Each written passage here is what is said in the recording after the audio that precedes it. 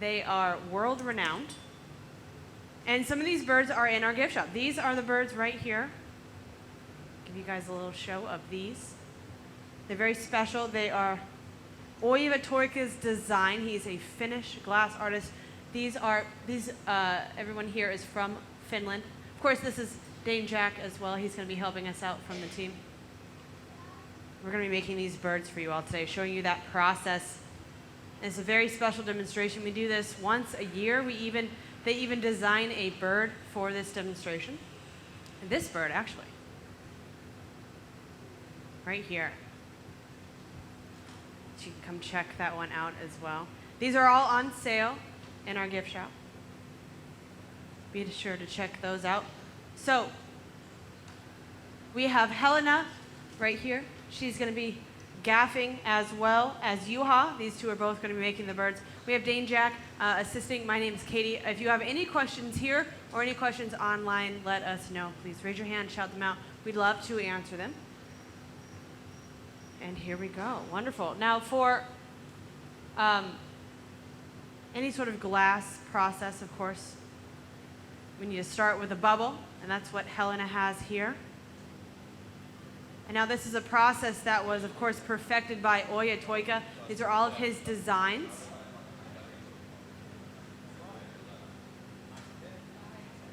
A little bit of background information about Oiva Toikka is that he designed the first Iittala bird 47 years ago. He's made over 450 different types of birds and thousands of those different types of birds. He's been doing this for a long time. He has since passed away this past year, but we're still keeping this tradition alive of making these birds, especially here at the Corning Museum of Glass, which we are very, very happy to be part of.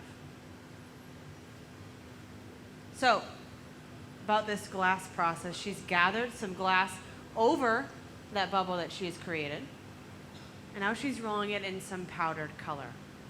So our color comes to us from a company in Germany called Reichenbach. It comes to us in different formats. The format that she has here is powder, so it's very, very finely powdered color. She rolled into that, and now she's going to heat this up inside of our heating furnace. Now all of our glass comes from our large furnace right in the middle of that of our studio. There's about 1,000 pounds of molten hot glass inside that furnace, and it stays at 2,100 degrees. So she first gathered one gather of our clear glass, and she made a bubble out of it. Then she gathered one more and has rolled that in our color. And now she's going to smooth that color out. We want everything that we make in glass to be even. Now you can see her elongating that piece. Our glass moves like honey when it's very warm, so as she pointed that down towards the ground, it elongated, making it more of a longer piece. She can make a constriction line in this piece a little bit more. Now these are the beginnings of one of these birds. Now, these birds are really beautiful, and they have very, very unique designs. And no two are alike, actually. Of course, they can make thousands and thousands of one type, but none of them will be alike. They're like gems.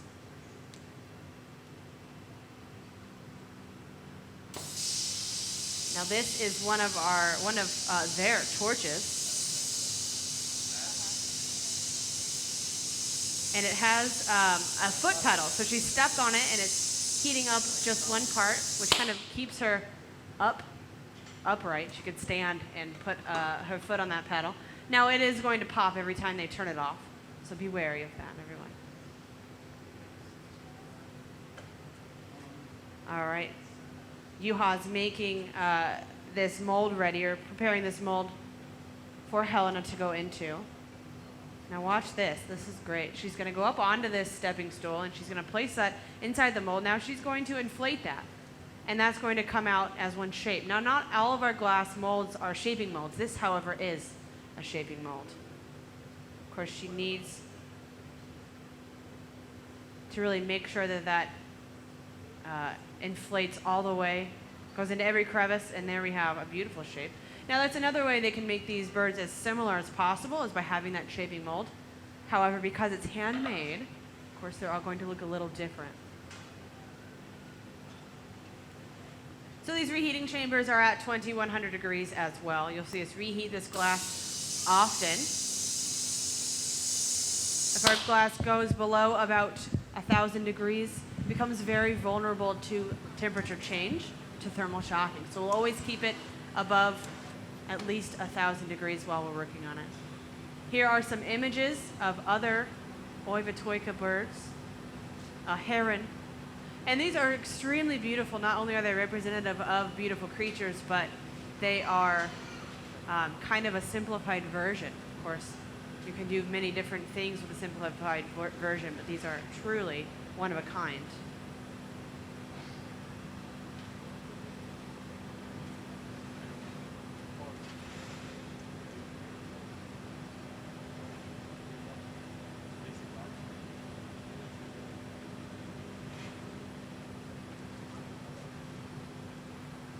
So this heron is what they're making right now. Kind of give you a visual explanation of the process they're going through. So now watch, they're adding right now that back part of that heron, the tail.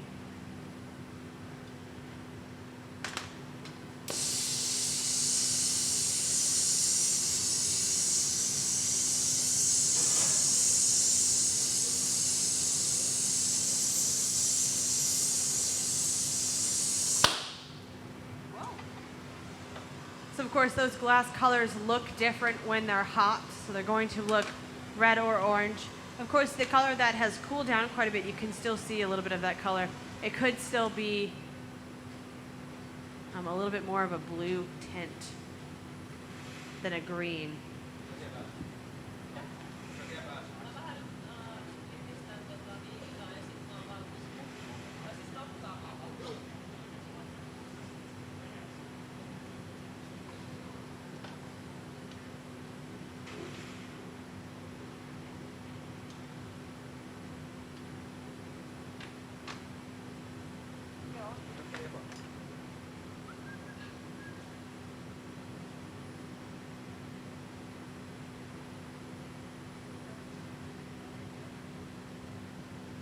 All right, here comes another colored bit. That is the beak, and you see how simple these birds are, truly unique.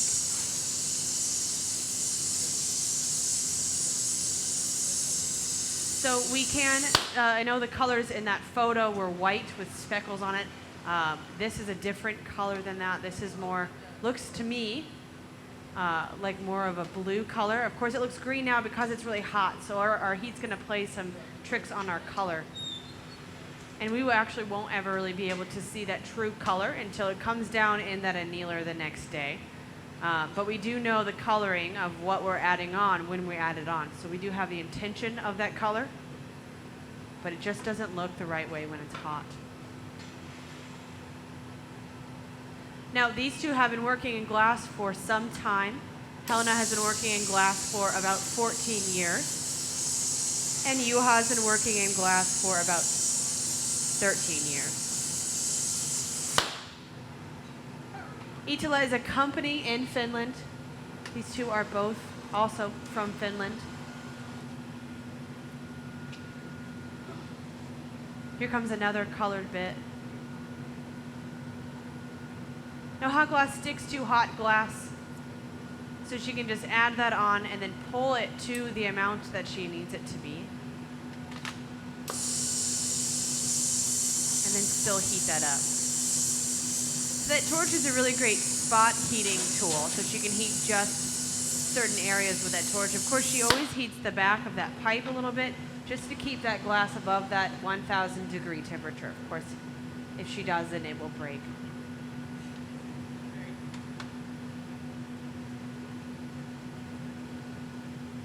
Beautifully done. That being said, she'll always go into our reheating chamber to reheat these birds. So it's always a back and forth kind of dance between that reheating chamber and the bench. Always getting up to reheat, come back, and to continue to sculpt. when our glass gets below about 1400 degrees, it will become rigid. So we have to stop what we're doing, heat that glass up again so we can continue on to sculpt it. That torch there is at about 2200 degrees, so it's a little bit less than their torch with the foot pedal.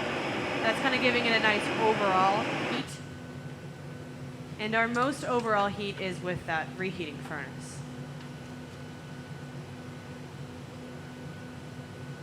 All right, so here we're gonna break this piece off.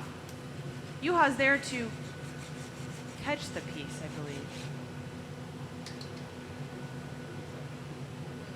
I see, she's going to break it off into these tongs. Now watch, she's going to tap it lightly, and that breaks it off into those tongs. It's freed, but now she can superheat the bottom of this piece so that that sharp area where the glass actually did break, it won't be sharp anymore with that fire polish, melting all of those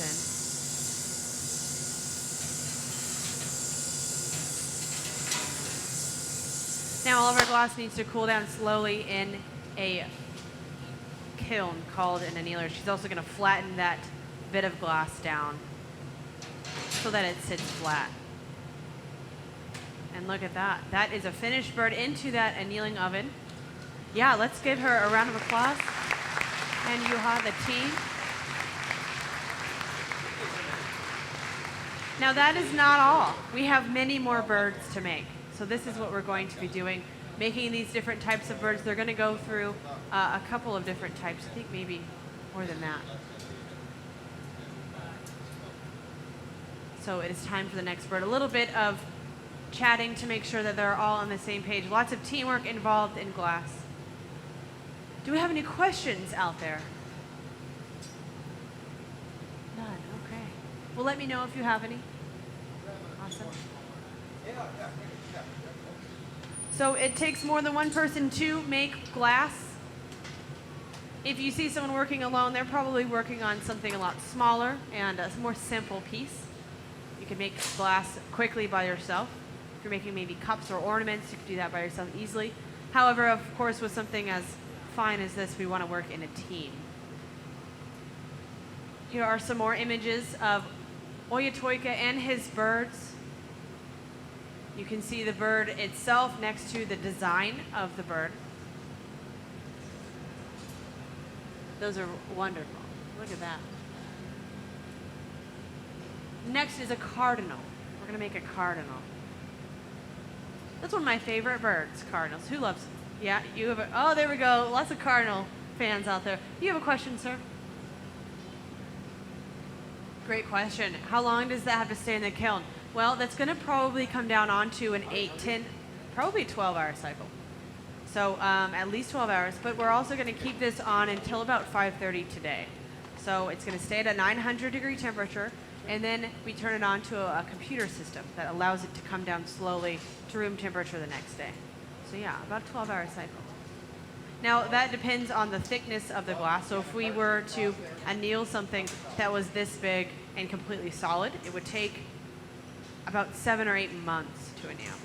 So even if it's about, an inch thick, we'd probably anneal it for a couple of days.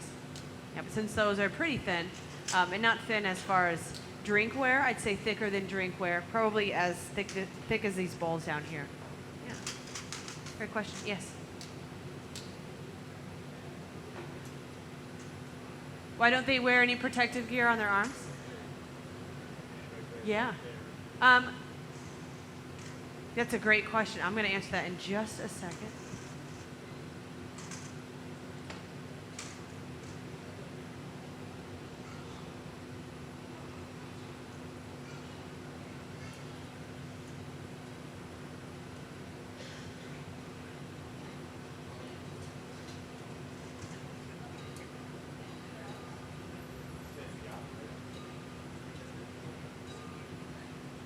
All right.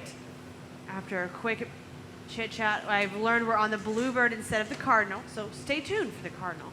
Now that question, why don't we wear any protective gear? Where are you? There you are, thank you. So we don't wear protective gear usually because it slows us down in the form of gloves, especially. It's kind of like playing the guitar with gloves on. It's really hard to kind of feel what you're doing. And then as far as protective gear, you see that Helena's wearing a sleeve on her arm. That's a little bit of protective gear. It's Kevlar. Kind of keeps her arm from a little bit of immediate heat. And then Juha has one as well on his arm. Now that's not typical of every glassblower. Of course, it depends on what every glassblower would prefer. It depends on also what we're working on. So if we're working on something small, generally, sometimes we might not prefer it. But something, of course, if we're working quickly, like these two are, they might have some sleeves on. Yeah. Yeah, so it just depends on what we're doing. Otherwise, safety gear does include, we will always wear safety glasses in the hot shop, and then cotton. So cotton kind of doesn't burn like synthetics do. Synthetics melt, and that could be bad for us. So cottons are great, and closed-toed shoes, generally. I have a question over here. When to pull out the glass? When it's being reheated? Well, they know just mainly from experience. Yeah, so it does take a long time to learn this process and to learn it well. I know the first couple of years is a lot of kind of guessing on that temperature. But then after about 4 or 5 years, they start to really know when that glass gets hot and how hot to get it. But generally, other than that, some of the things that we look for as beginners, we do look for the color, but mostly the movement of the glass. So if the glass is moving really well, we'll pull that out and begin to work on it. But it's, if it's moving too much, we know not to heat it that much again. But then the color, because you can always see, if it's hot, when he brings this out, you'll see the heat.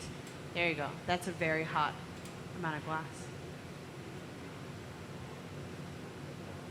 It could fall off. Now we won't, that temperature, if we're still turning it, it's kind of like when we gather at that 2100 degree temperature.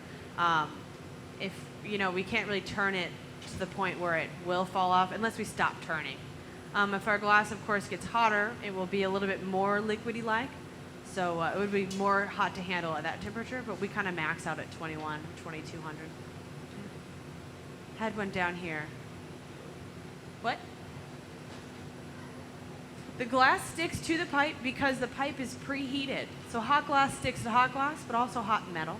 Now they do go in molds here. These are made out of wood. This one seems to be made out of graphite or steel. That looks like steel. Now if that steel mold was to get super, super hot, it would stick to it. But it's not in there for long enough. And that's also why they keep them underneath that water. So it kind of leaves a layer of coolness there. But yeah, hot glass sticks to hot stuff. Yeah. Why doesn't it?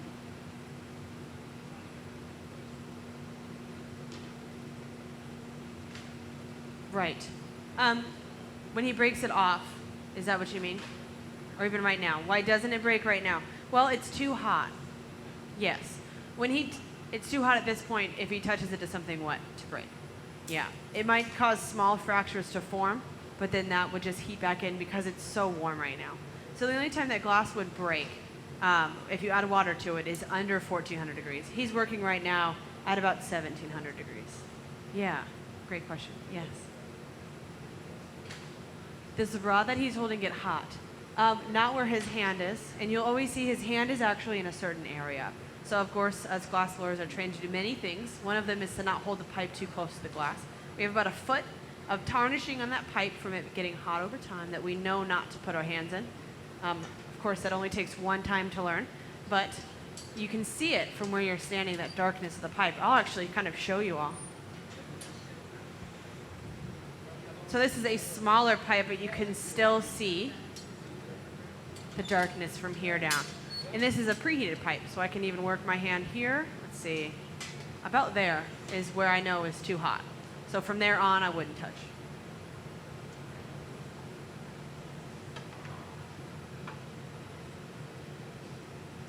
No, not necessarily. No, we can only know how hot it is based on a visual or kind of timing that we have in our heads of experience.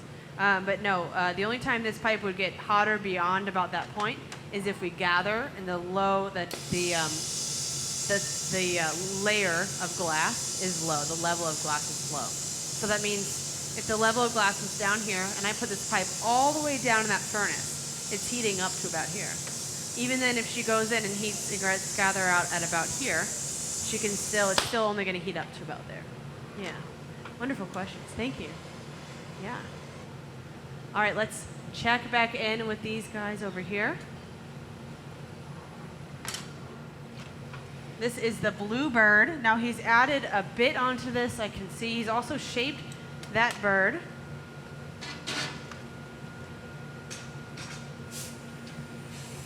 And now Helena's preparing another bit to add to this bird. What he's doing right now is cooling down that line. He's cooling that down so that it freezes, so that we can work with that rigidity and use it as stability, or to break it off just like that. No, he didn't even use water to do that.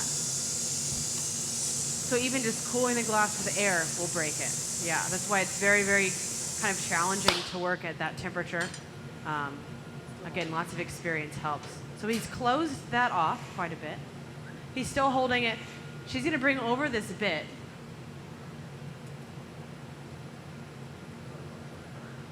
Look at that. And snip that bit off. Now that's clear glass, it seems.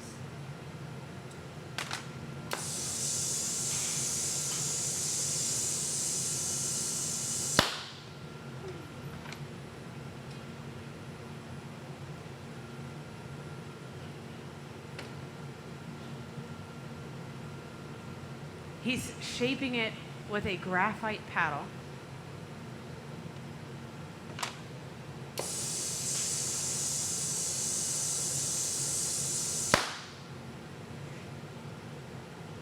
And now he's holding on to that. That is Kevlar wrapped tongs. So it's not going to hurt the glass and the glass won't hurt it. His hand is relatively close to that glass, but he does have a border. He's got kind of a heat block that is attached to, it's kind of like a sheet of metal. You see that? That's keeping his hand from some of that radiant heat. There goes the beak on there.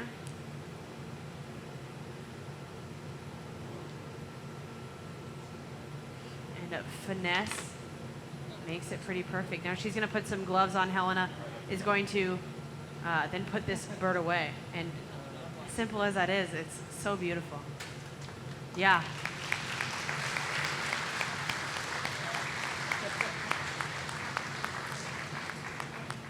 Okay. Does that work like you just pull it out and it's for... Yeah, we can use maybe that so that... Oh, that. So, that just... Oh, yeah.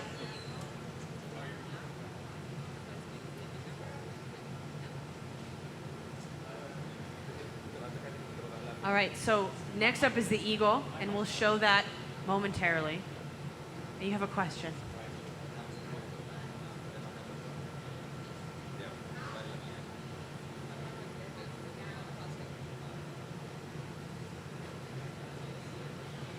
Yes.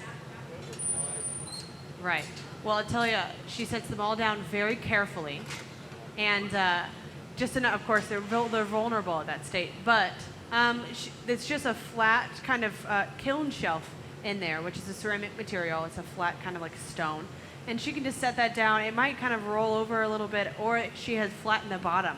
So, but I mean, I trust these guys. I don't think it would have rolled over and changed the form at all.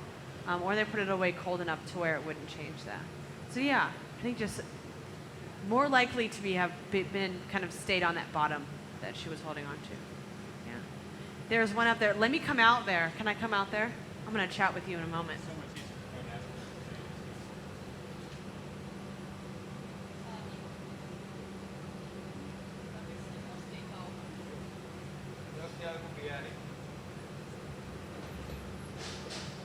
Hi, everybody.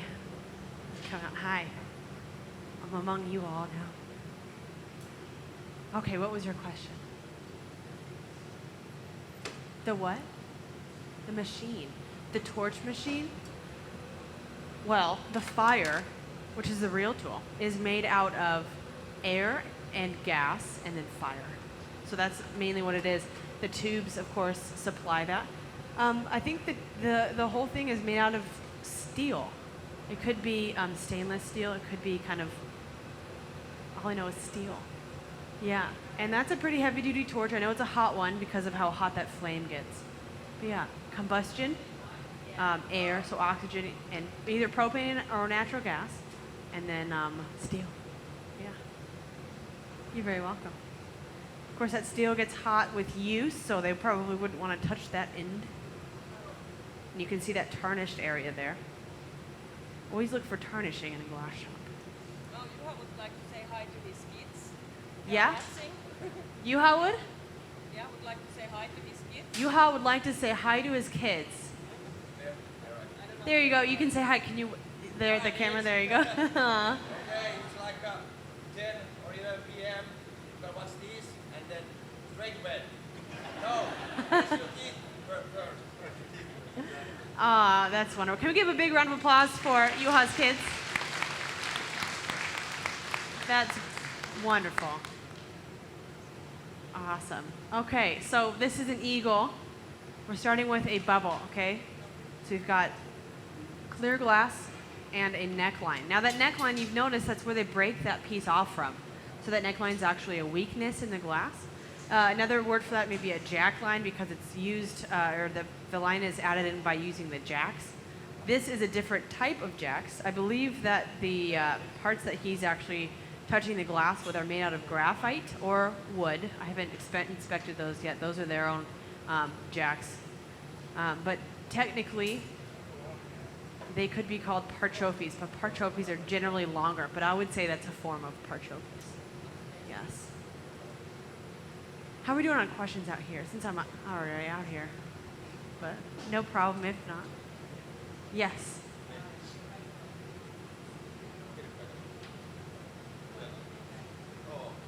You know, I don't know that for sure. If we send people around the world, like Iittala has sent their gaffers here, we do in some form, yeah. And it could be just on their own terms. I'm not 100%. I don't think they would be representative of the museum. Yeah. Oh, we do. We do have a mobile hot shop that goes to different, sometimes we'll go to the Glass Art Society conference. They do a little bit of work in France too with a group out there. I'm not familiar with that name 100%. And then we go to SOFA every year, SOFA Chicago, which is a humongous, beautiful, amazing art show on Navy Pier. So yeah, we send the hot shop out there too. Yeah, and we used to actually have a ship program where the Hot Glass Show, of course, went to, they had 3 different hot shops on cruise ships, and they traveled around the world on those cruise ships and got to blow glass in that hot shop there. That program ended last year in the summer. Yeah, that was a fun 10 years for these guys. Yeah. Yes. They're What's that?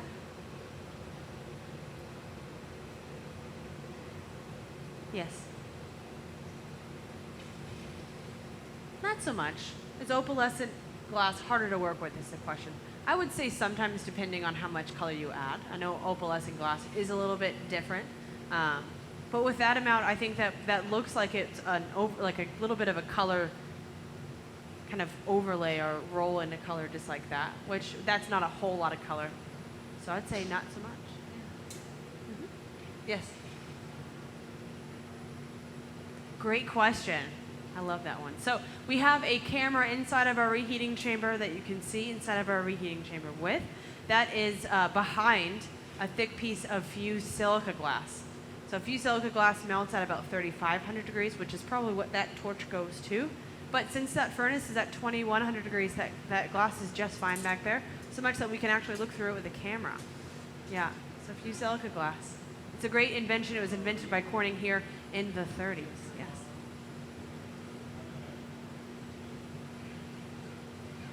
Absolutely. Yeah, I would probably say those would be out by about 3 o'clock tomorrow. Yeah, we also have a lot of these birds in our gift shop for purchase. You can go check those out. And they've been working diligently next door at the studio. So they'll be working tomorrow as well. So if you want to see them for longer, they'll be out there next door, which is across this parking lot. So yeah, come by and stop by tomorrow too. 3-ish, I'd say. I saw another hand go up. Where was that hand? Okay, awesome. Yes, you can. Yeah, they've got kind of some seats back there too.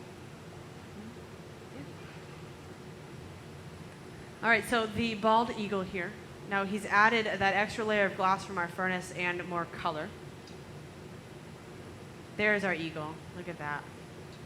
I just saw one in the gift shop, I believe. Beautiful.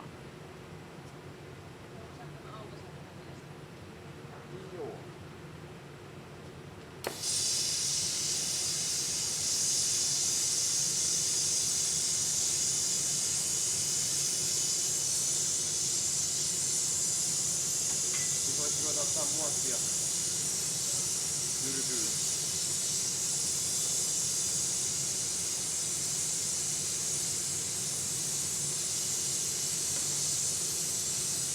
All right, here comes another mold. They're getting ready for that mold blow, that's what it's called.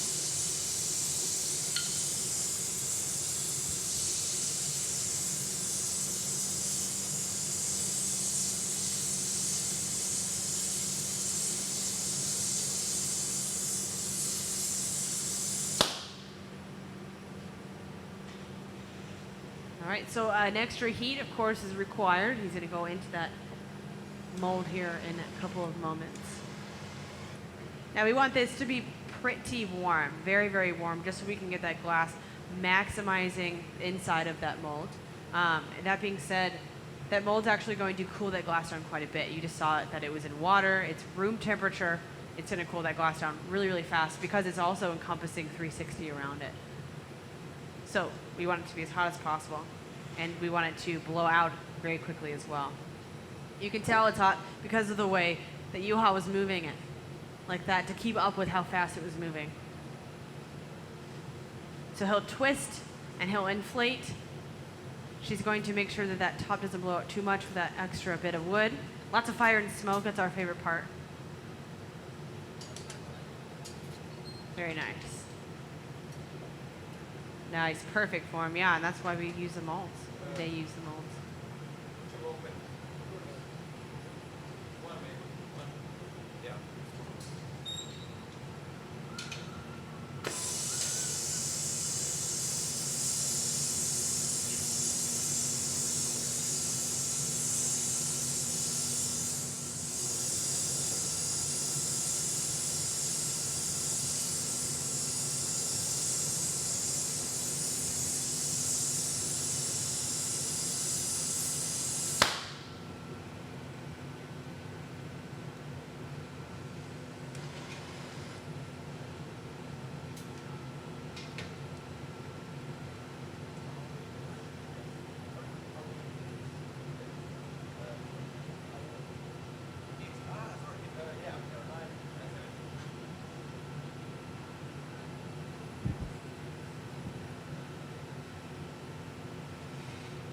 Yeah, why the graphite jacks? You know, some of that could be personal preference, but let me ask Juha. Juha, I have a question from the internet. Why graphite for that move you did earlier? Why did you use graphite for that move that you did earlier when you squeezed that line down?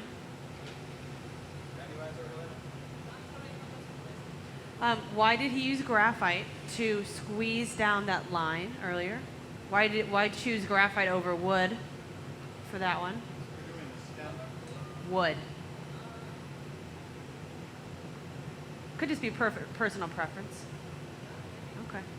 Yeah, that's what I would say. Personal preference. You could use wood. Let's see, if you were to use wood, it could degrade faster. Graphite stays there longer, and even with these, there's a really nice groove worked into them, which is great because that groove, when it's worked into wood, degrades faster. But when it's with graphite, it degrades slower. That's a really great, interesting question.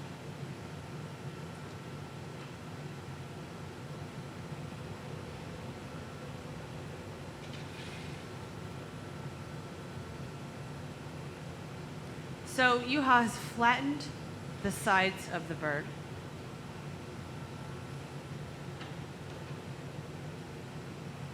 And he's using a tool here called a newspaper pad to do that. And this tool is actually made out of newspaper. It's a really great tool to use to sculpt the glass with our hands. And that newspaper is actually kept wet with water. So the same concept of having these soaking in water and our blocks soaking in water as well, which is that wooden scoop tool behind the bench.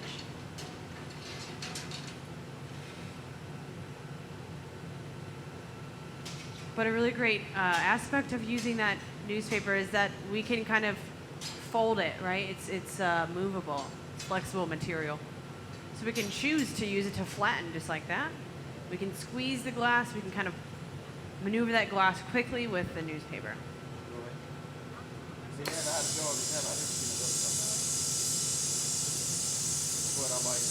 Yes.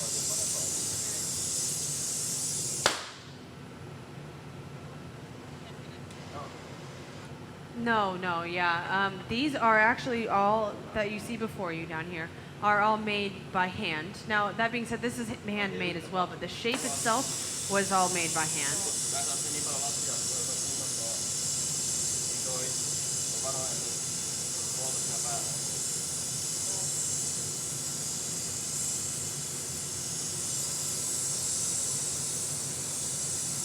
Yeah, the pumpkins they're made with a texture mold. So there's a couple of different types of molds. So the ones they have here are made, they create a shape in the glass.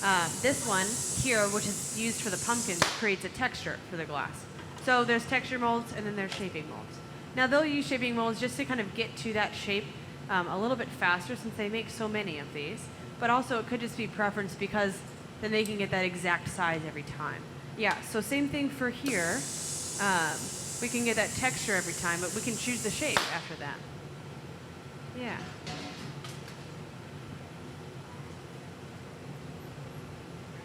Yeah, if you're making glassware really quickly, and of course today a lot of things are made with a mold, and a lot of things are made in a factory with a mold, with a shaping mold.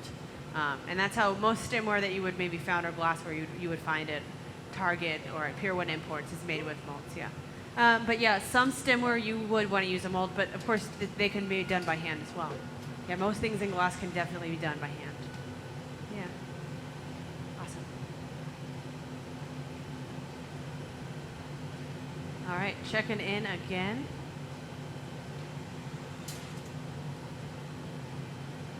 So we have added, Helena has added a bubble to this.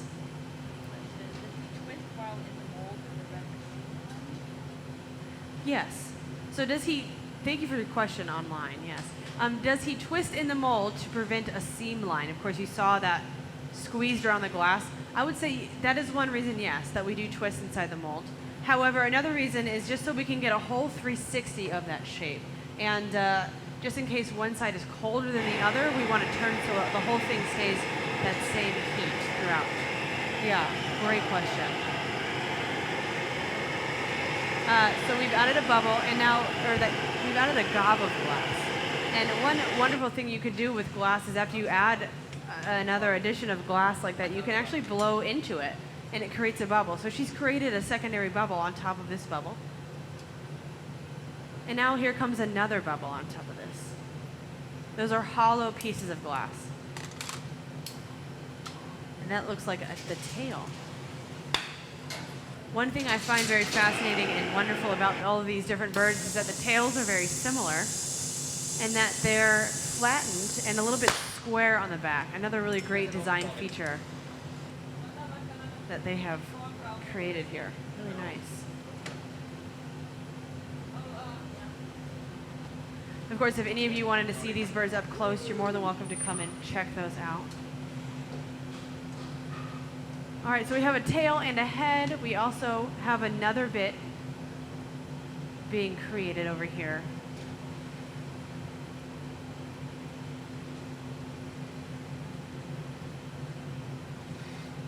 We'll see how that's added too.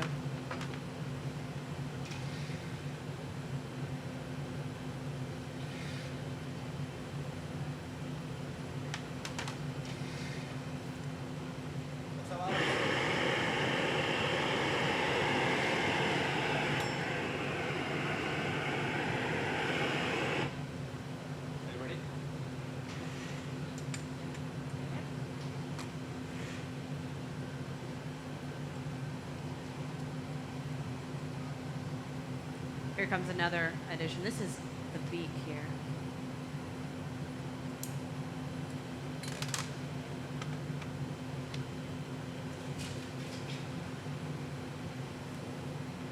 She's flattened it with a pair of crimps. Flatten shape. And back into that torch again. So a little bit more about the newspaper pad. I know that's such a very interesting piece or tool that we use. Now we do use it for flexibility, and it's kept wet at all times. Now that heat never transfers to our hands. I know that we're working with very, very hot material, but if we have a kind of that water barrier, it actually turns that water that the glass is coming in contact with into steam immediately, and that kind of protects our hands. But it also rolls on that bed of steam, and that's what actually touches that glass and sculpts it there for us. So our hands never really get too warm from that heat. I've never been using a newspaper in my hand gets too hot. Maybe once if the newspaper was extremely thin and if it wasn't wet. So you'll see that they put the newspaper down and then they can wet that down, which I could probably do that for them. A little extra water on that newspaper. Yes, sir. Actually, let me come out there.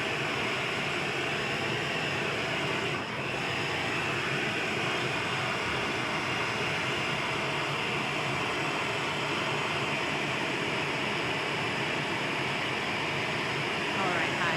What's your question? Thanks. Bird eggs. They have done bird eggs. Yes. Now, let me see here. There might be some bird eggs in the gift shop that I did notice. Okay, thank you. And I think they actually are remnants of the actual piece themselves. So the bird egg looks like the bird, which I think is extremely clever. Yeah, that's a great question. And I'm not sure if that's for every single bird that they make, but the bird eggs look like the bird.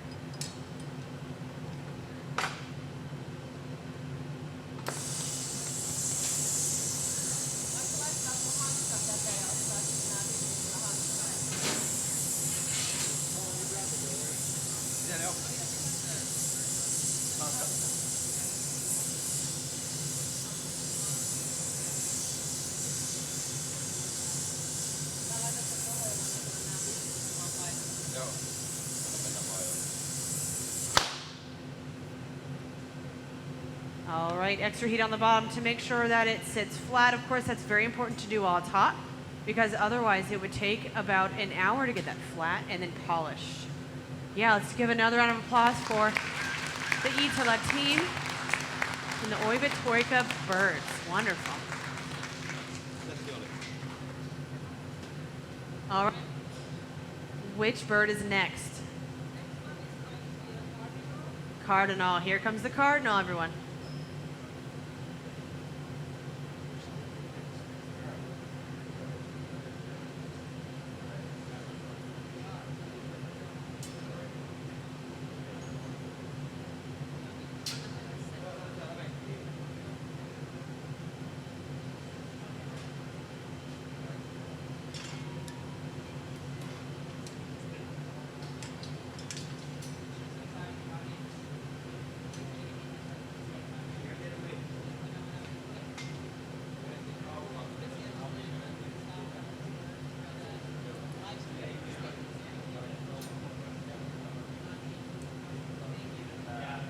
All right, everybody, the Cardinal is next. And for those of you tuning in online, this is our last bird.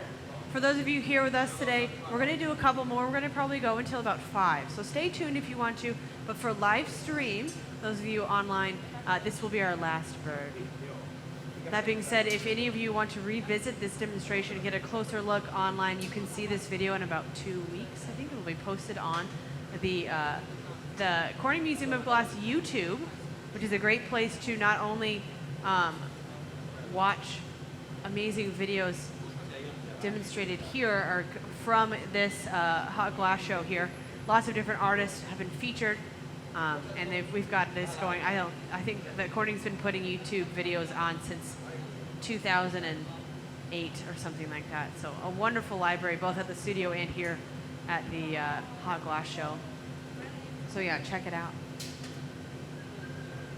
All right, so the start of a new bird, the cardinal, one of my favorites. I even, the male cardinal gets so much recognition, I think, just because of how brilliantly red they are.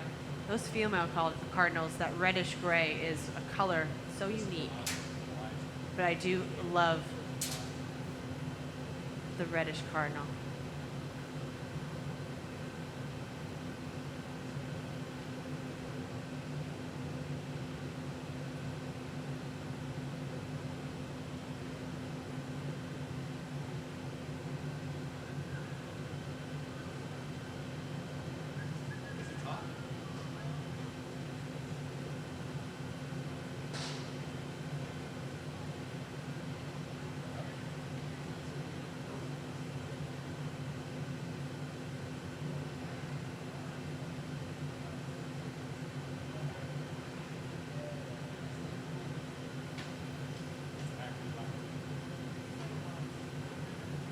All right, so we've got that starting bubble once again. Now, Juha does a secondary gather over this bubble, but traditionally, glass workers will go all the way to the end of where that glass ends on the pipe. You can see a really great view of that here. Now, of course, that isn't super traditional in every sort of kind of culture of glass blowing, but that is considered to be a post-gather, where you just gather over the bubble instead of the entire amount of glass there on the pipe. Helena. That does save a little bit of glass, but it also kind of gives it it keeps it in that shape too when he gathers over that. Yeah. Yeah.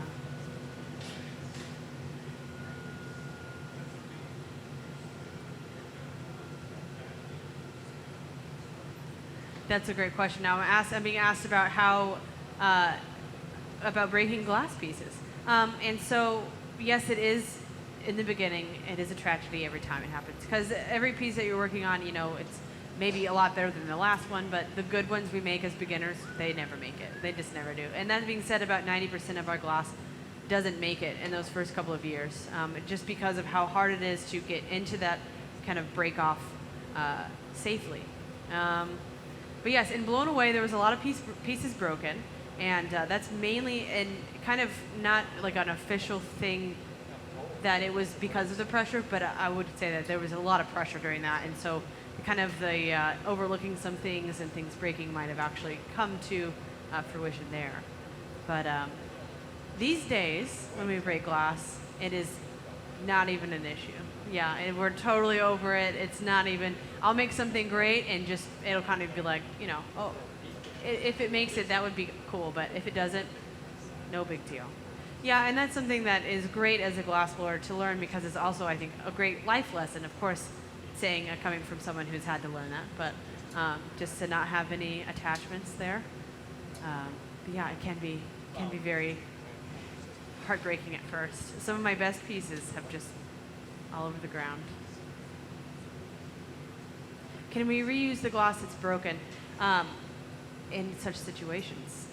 Sometimes. If it's clear, yes, we can. We can actually throw that back into our furnace and melt that down. If it's color like this, let's say he let that get cold and then he, left it there and it broke. No, we couldn't actually put that into our furnace, but we can give that to different companies that would recycle it for us, or grind it up into aggregate, use that put that into our roads and sidewalks. We do try to send that to some sort of reusable, process.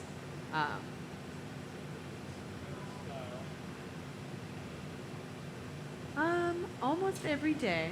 This pot here holds about 1,000 pounds. Depending on what we're doing, we might use I know for sure we use about 50 pounds a day, but 50 pounds might work it down maybe only about an inch. And then we can kind of go another day, and then we'll add about 100 pounds that next day though. Tonight we'll probably at least add about 100 pounds tonight. Yeah. We get little bits of glass called cullet shipped in. Let me go get one of those. We get them shipped in, or we go and get them. where we get them shipped in, but it's from a company called Spectrum. And we just melt these little kind of cubes of glass, 100 or 50 pounds at a time, and they melt in just like this. Yeah, so this is our cullet. We throw that in and it melts. But it is made out of silica, silica sand, soda ash, and limestone. That's called soda lime glass. And we can kind of get that in batch form where it is in the powders. Of course, we would prefer to get it in a cullet form because it's less bad respiratorily for our respiratory system. So this kind of melted once is great. We can just throw that in and it melts.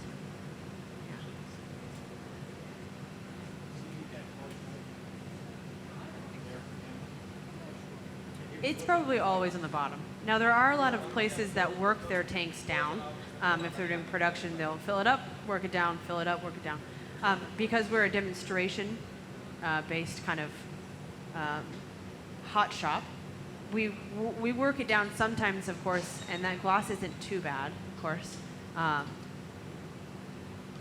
Here he's pulling a tail out. You guys can see that. Now he's working very hot, too, so he's turning that very quickly.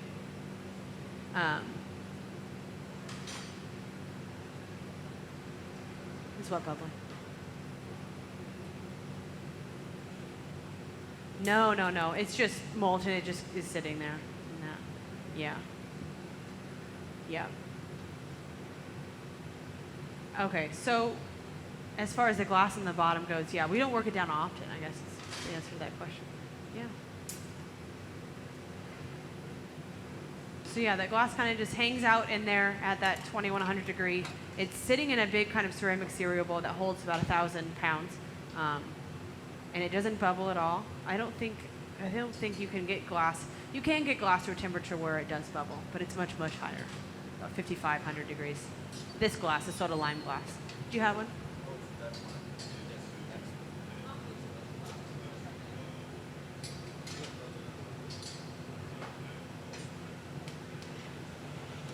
Yep. Yeah. So judgment over time, learning how thick and thin we can create a piece. Definitely. Sometimes, in our beginning stages, we'll make something that's on accident got too thin, and it'll buckle, and we'll say, wow, I didn't know that. Or even sometimes in our older stages or our kind of more advanced stages, we wouldn't realize that something got a little thin. That's actually one of our biggest fights while making glass is how thin it gets when we make it. But yeah, the more experience, the easier it is.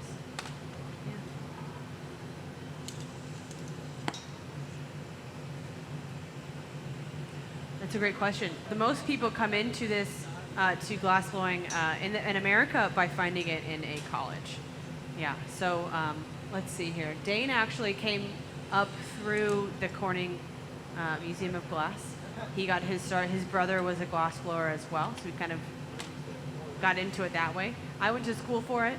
However, our wonderful guest here, I know that Juha, his family's been doing it for about 3 generations. So that's one of the other most popular areas. Actually, in the rest of the world, that is the most popular, is to learn through the family. Yeah. Yes.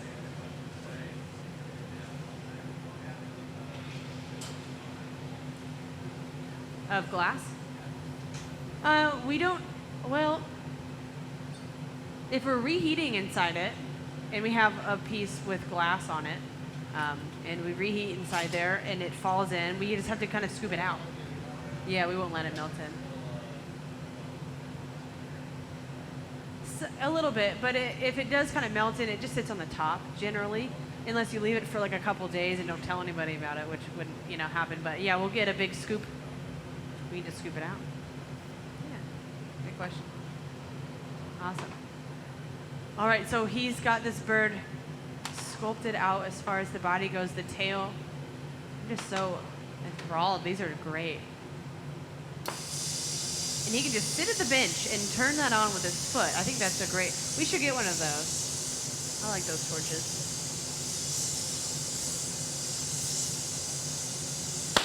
What's that?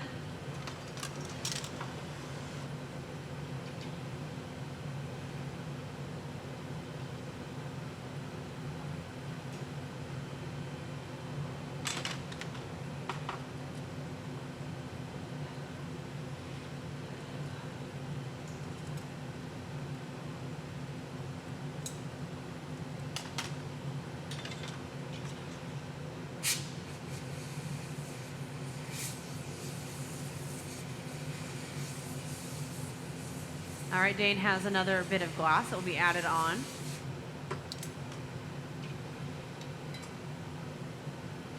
You can see that we definitely value the team here. 2 people, it takes 3 people right now to make these. Of course, they probably work in other teams, amounts of teams as well.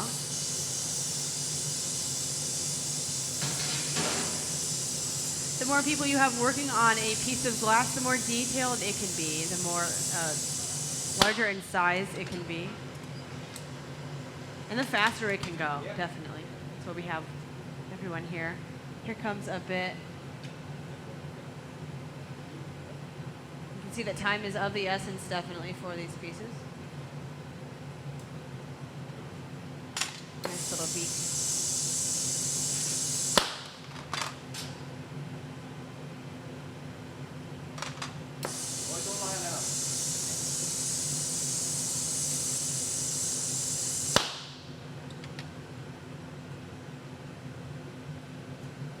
And a secondary bit. This looks like the top.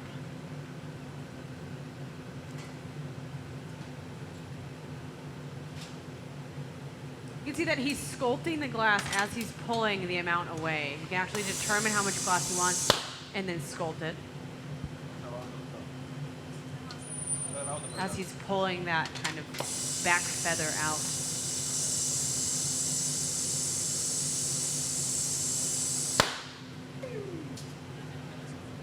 All right, and our last bird for the live stream. There'll be more down here.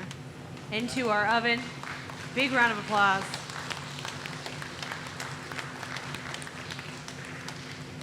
And that will do it for our live stream. Thank you all for joining us. For those of you here, thank you as well for joining us. Stay tuned. We're going to do a couple more. All right.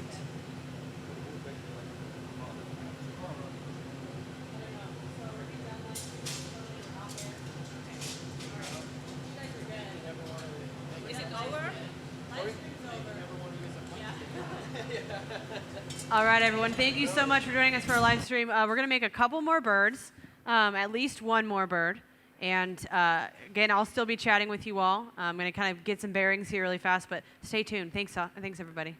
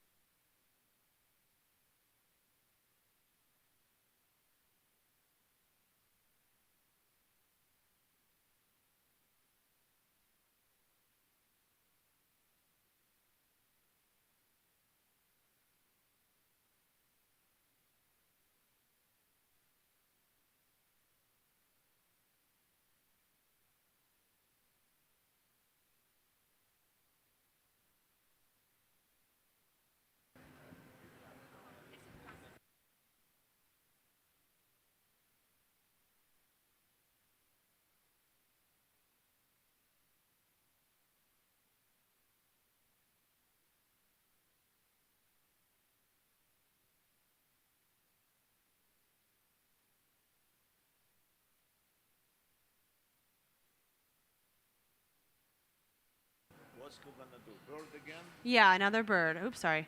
Hey, Helena, do you know what bird we're working on now? Hey.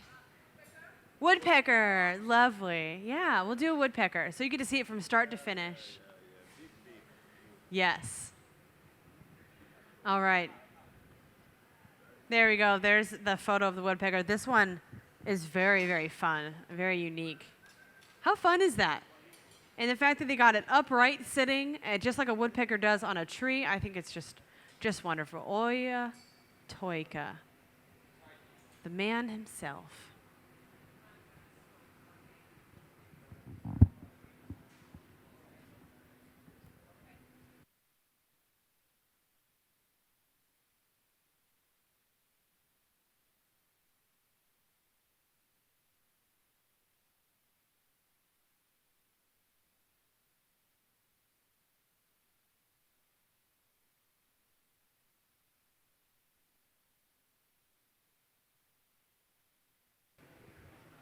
All right.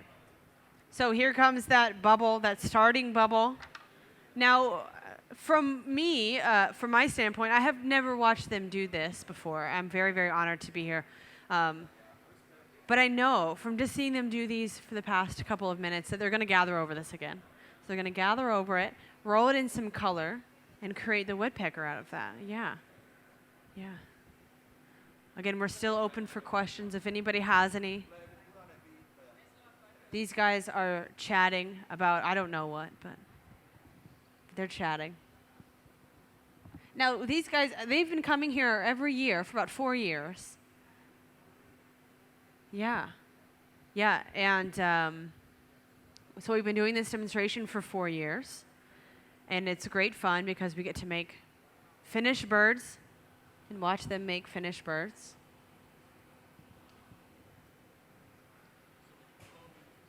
Yes.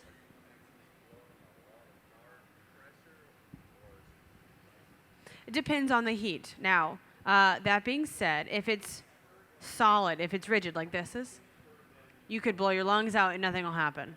So, but if it's honey-like, you could put a whisper in it and it's too thin. You blow it out too much. So there's definitely, again, you have to adjust to it. If it's too thin, you can't blow very hard. If it's too thick or too hot, you know, same thing, yeah. So not only do you have to keep it turning, not only do you have to keep the heat in mind, but you have to also, when you're inflating, not inflate too hard, not inflate too cool. Definitely lots and lots of practice. Yeah, good question.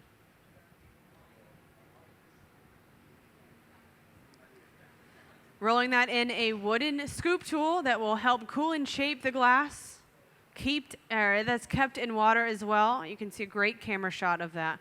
Once again, elongating it to form the body of the piece that is a taller bird.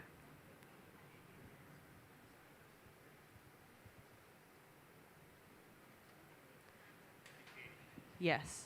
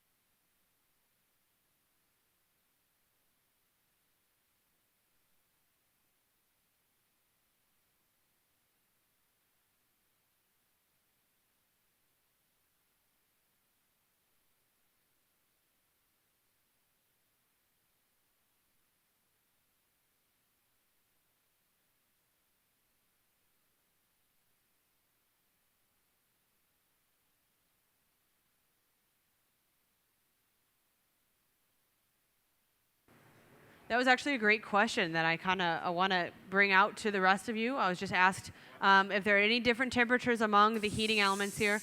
Answer is no. But then it was kind of why do we have all these on? And I mentioned that it was actually because of the flow of the studio. So if, let's say, Juha was busy on this one and this bench was occupied, Helena could be on this one and work on something else. You know, if of course we're having this big team here work, we definitely want to have everything on and ready for them. Even if they don't use that, it's just better to have it on, generally, yeah. Great question.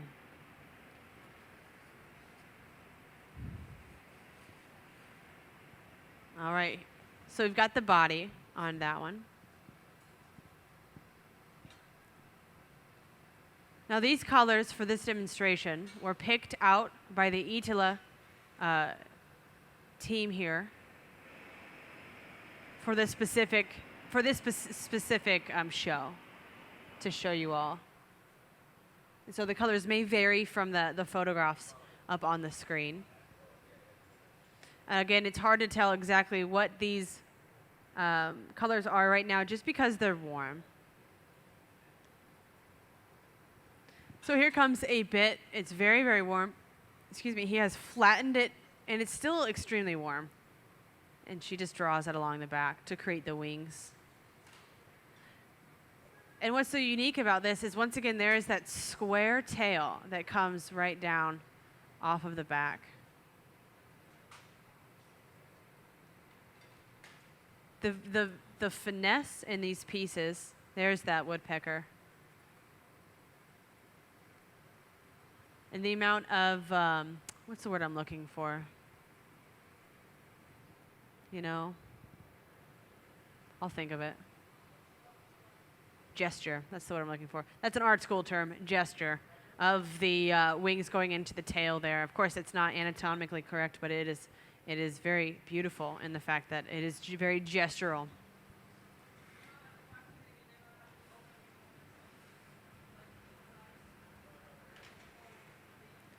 Now she's got a really cool tool over there. They are what we call crimps, but they're made of graphite. So graphite's special, like I mentioned earlier, because it doesn't wear like wood does, but it does super cool the glass, much like rolling it on this steel table is.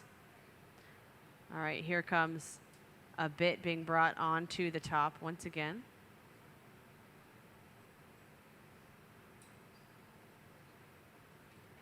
Making the top of the bird.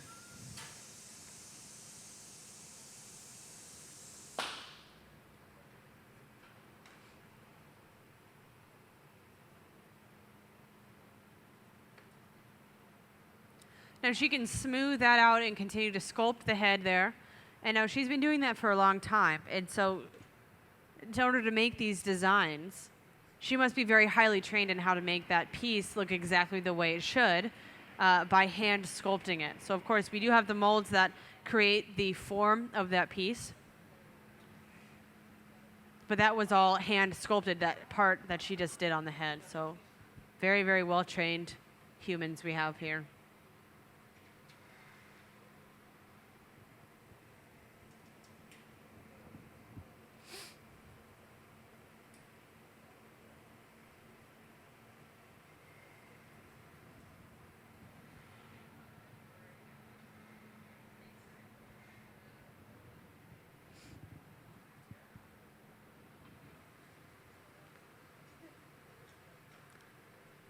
And the beak.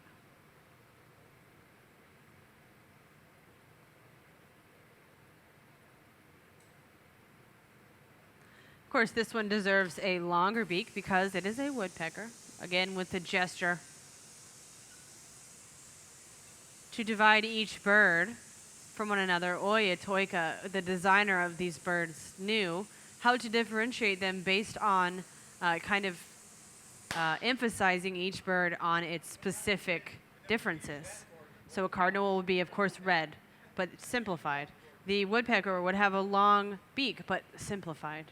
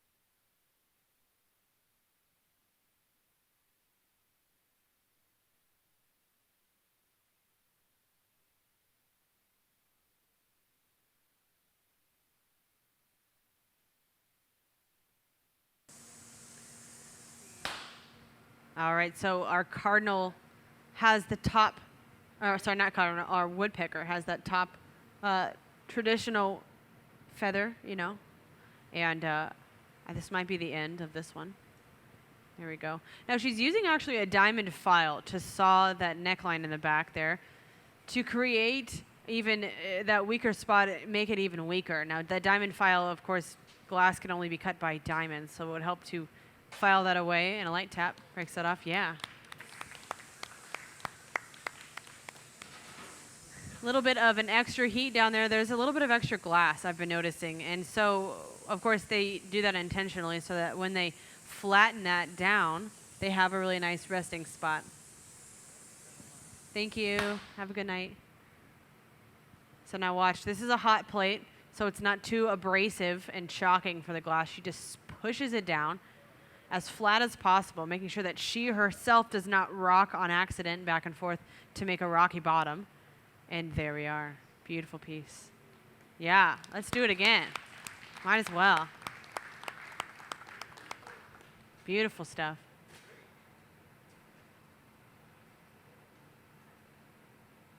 Awesome.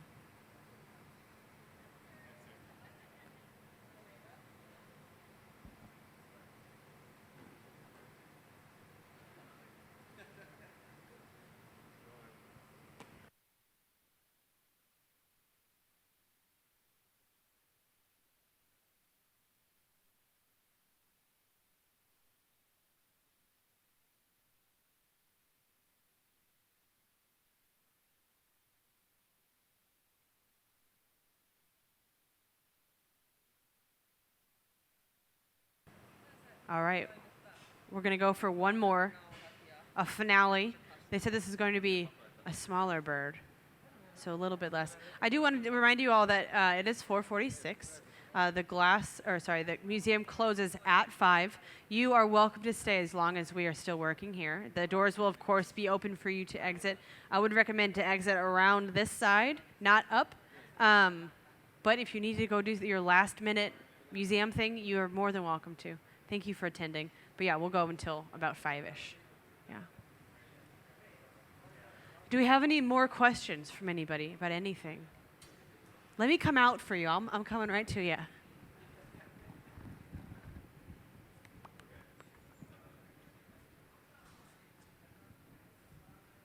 Okay, what is your question? They're making another bird.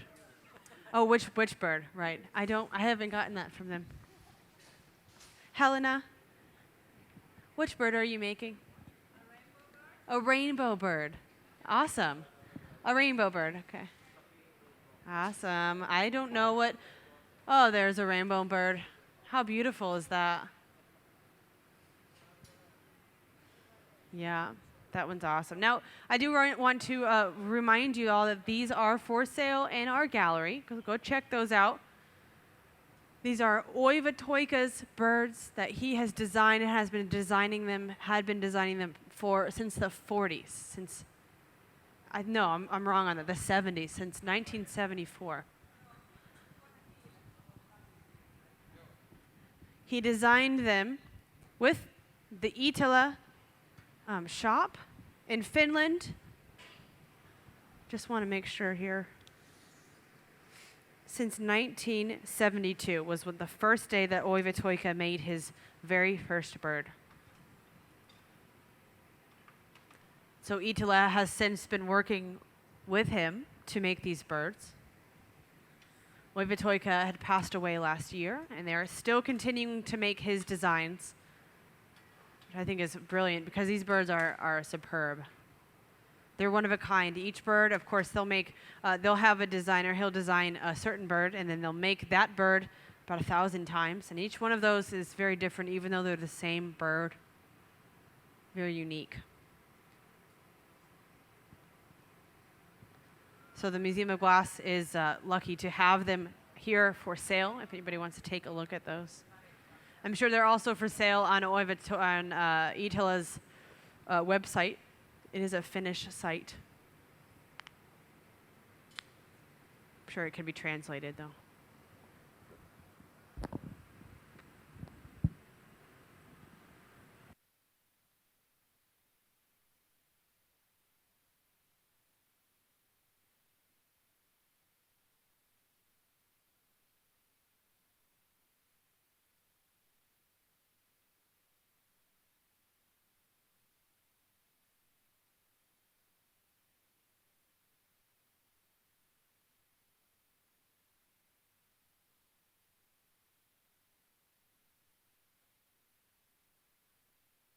All right, so secondary gather.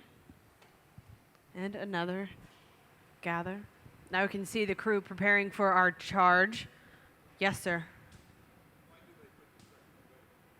Well, we put the second coat on so that we can make a larger piece. Yeah, so the amount of glass that she had there was about this big, but I know from experience that it's about that thin, and that's about as thin as I want something to be generally. Yeah, so she gathered over again, then was about that thick, and then she can stretch that back down to that thin and work that out a little bit. So what? It's a structure thing, yeah. Yeah, definitely. Adding more material. It's kind of like having this much clay to make a thing that big. You need to add more to it. Yeah.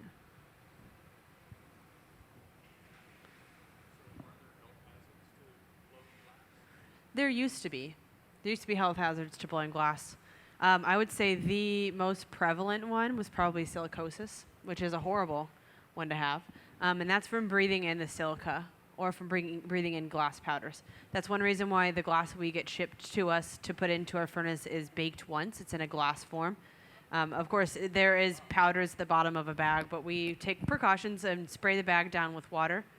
And then I don't know for sure if glaucoma was one or if that was a rumor, but I will say that the brightness of the furnaces used to be harmless. These are not, though. We actually have, since we work at this wonderful, beautiful, amazing museum that takes care of us glassblowers, we have a trained professional who comes in twice a year to read the amount of UV damage that comes from that, and they tell us it's safe. So that's extremely helpful. Let's see, health hazards. Some people develop kind of joint problems in your wrists, fingers, and what is this, an elbow?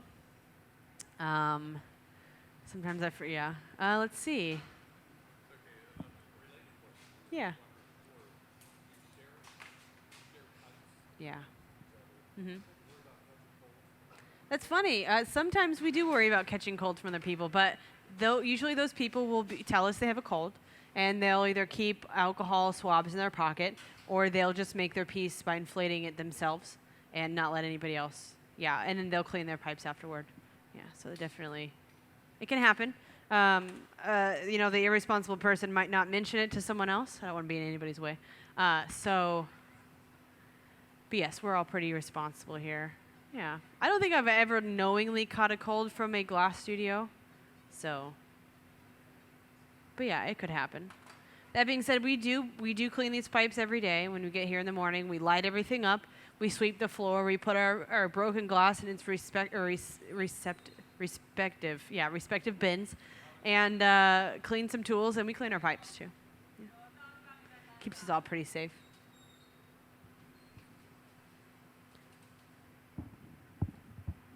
Now this is a bit of a bigger bird, and so also Helena has been making these for quite some time. And the reason I can tell this is, of course, by the fact that she isn't hesitating in any of her movements. And from my experience of seeing a glassblower that has a lot of experience as well. But the reason I say that is because the size of that bird was completely hand done, and she didn't put that in a mold. So I know that she knows exactly what size that needs to be. And those size requirements are probably pretty strict, especially for being from a very well-renowned, well-known kind of line of work, a line of artwork. So, yeah, great experience from these guys.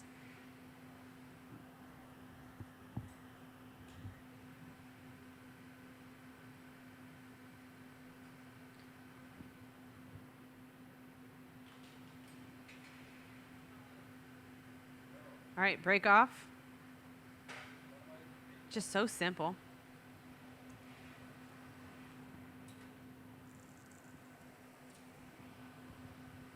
And the head.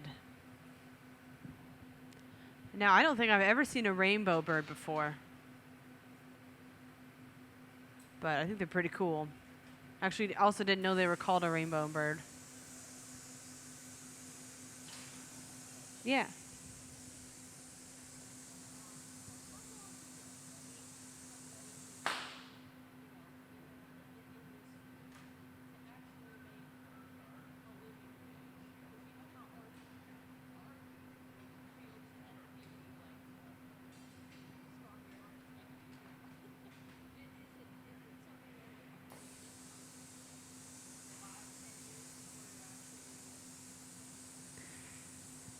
you know, it depends on the experience, and it depends on what you're doing, and it depends on the glassware. It depends on a lot of things. I will say in relation to the starving artist type, let's say a painter in the 1700s, all that person does is paint and then sells their paintings. So if their paintings aren't very good, they don't make any work. But of course, they need to make that money to make more paintings and to live, to eat. But for a glass blower, you can literally get paid to be trained. And that's one of the greatest things about glass, and that's one of the reasons I got into it, is that there are a lot of jobs available because it's such a small amount of people that blow glass that, it's kind of a special trade sort of a thing. Kind of. I'm not sure what journeyman is. Yeah.